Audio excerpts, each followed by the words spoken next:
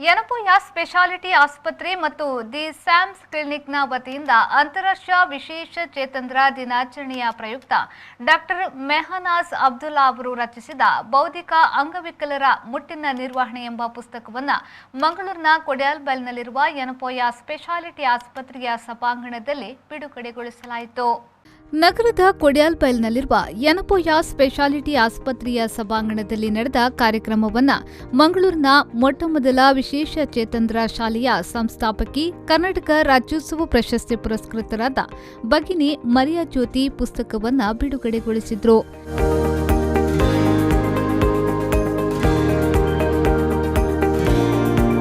ಬಳಿಕ ಮಾತನಾಡಿದ ಅವರು, ವಿಶೇಷ ಚೇತನ ಮಕ್ಕಳನ್ನ ನೋಡಿಕೊಳ್ಳುವ ನಿಟ್ಟಿನಲ್ಲಿ ನಾವು 51 ವರ್ಷದ ಹಿಂದೆ ಸೈಂಟ್ ಆನ್ಸ್ ಎನ್ನುವ ವಿಶೇಷ ಚೇತನ ಮಕ್ಕಳ ಶಾಲೆಯನ್ನ ಆರಂಭಿಸಿದ್ದೇವೆ. ಆ ಮಕ್ಕಳು ಅನುಭವಿಸುವ ಸವಾಲುಗಳನ್ನ ಅರಿತಿದ್ದೇನೆ.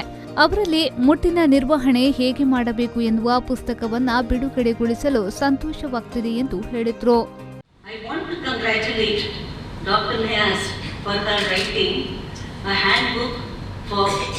Caregivers on menstrual management in the intellectually disabled and navigating onwards with them with gynecology and physiotherapy to the clinic on this great day, the International Day of the Differently Abled Persons.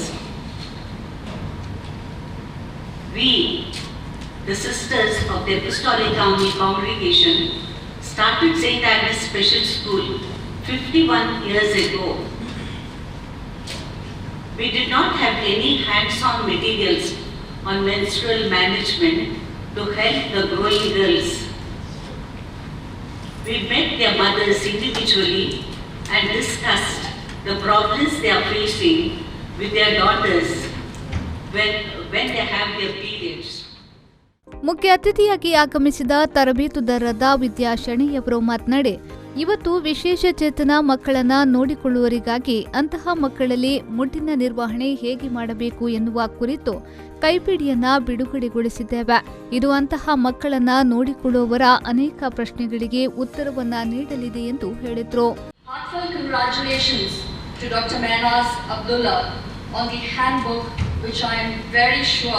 Will provide insights and answer questions that the primary caregivers of the intellectually disabled girls and women have. When Dr. Mehnaz called to invite me and requested me to share my experiences as a sibling and a primary caregiver, after the conversation, my first thought was, I wish this handbook was available when my sister bled.